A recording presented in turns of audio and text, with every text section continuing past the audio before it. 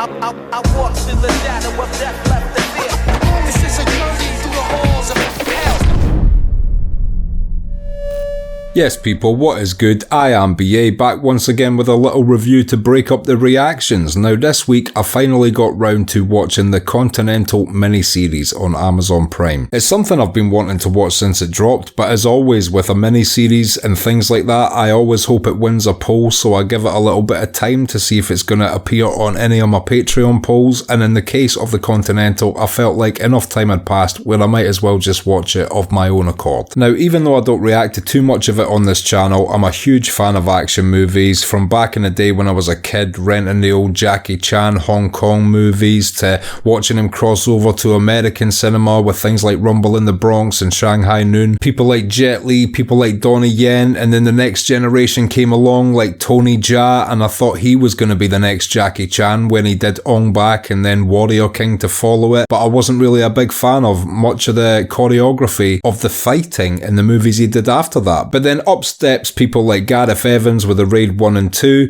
and obviously the stunt team behind the John Wick franchise to bring action cinema to a new level yet again, and I feel like the John Wick series really did that with their unique combination of pistol combat and things like judo and jiu-jitsu. It makes for incredibly unique, tactical, efficient fight sequences, which I feel hadn't really been done in cinema before. And on top of that, the cherry on the cake is, I don't expect a good or interesting story with action movies. I've been conditioned not to from the Jackie Chan movies of the 90s, where the plot was always hokey, the acting was always stupid, it was all just to get you to the next fight scene. So whenever an action movie has any semblance of an interesting plot or any larger world that sounds intriguing, it is literally icing on a cake that I am already willing to eat icingless. And the John Wick world is very much like that, because there's a lot of components to it which are so interesting. This coin currency, the people that come and take away the bodies, the homeless network of spies, it's all so unique. So for those of you that don't know, the Continental is a prequel series showing a young Winston and explaining how Winston got control of the Continental Hotel. It takes place over the course of 3 1.5 hour episodes. They're all movie length, but they do feel like TV episodes rather than movies in most places. But it starts with a really tightly choreographed heist sequence in which Winston's brother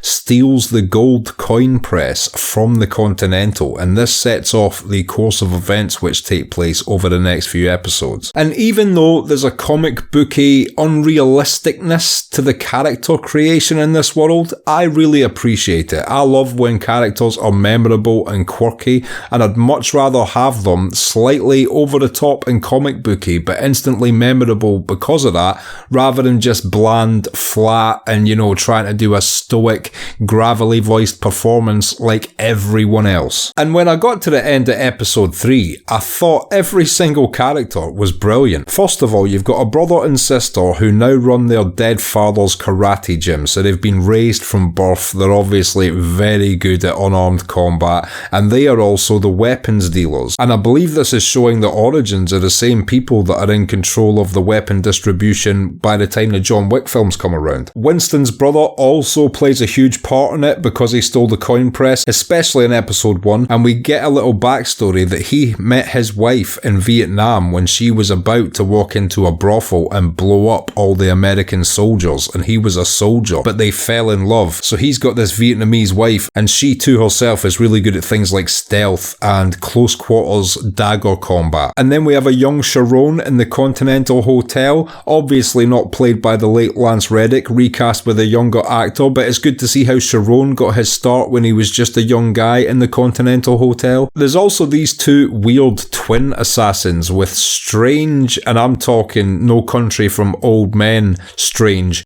haircuts, wearing Matrix trench coats, who are really flexible. I mean, don't ask me to explain these characters, they're just in the pot as well. Throw the strange hair twins in the pot. And another quite interesting character is this female detective that we start to follow, because it shows how someone would get into that world as an adult, because at first she's investigating this hotel and is told to stay away from it by her fellow detectives, but then she finds a gold coin on the dead body, so she knows knows she can go in because she now has the currency. She first tries to go into the hotel and pay with regular money. And I just feel like her storyline is a really good side plot showing how a normal everyday person might get into that underworld. My personal favourite side character is the sniper that Winston later recruits for his team when they go to heist the Continental Hotel. It's played by an actor, I don't even know his name, but the only other thing I've seen him in was series 1 of Deadwood, where he played the priest,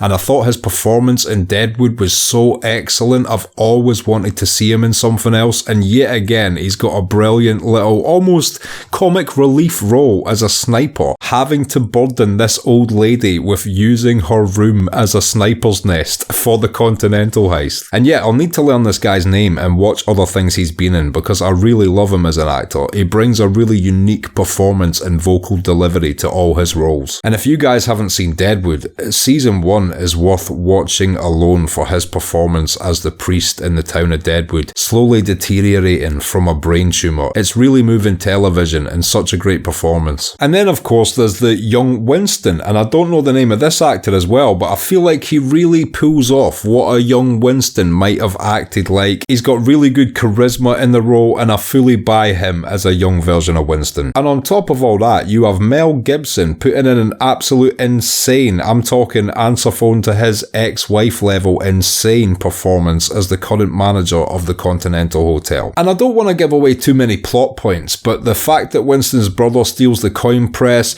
leads to obviously people coming after them. Then Winston decides to assemble a team and they are going to go directly after the Continental Hotel itself.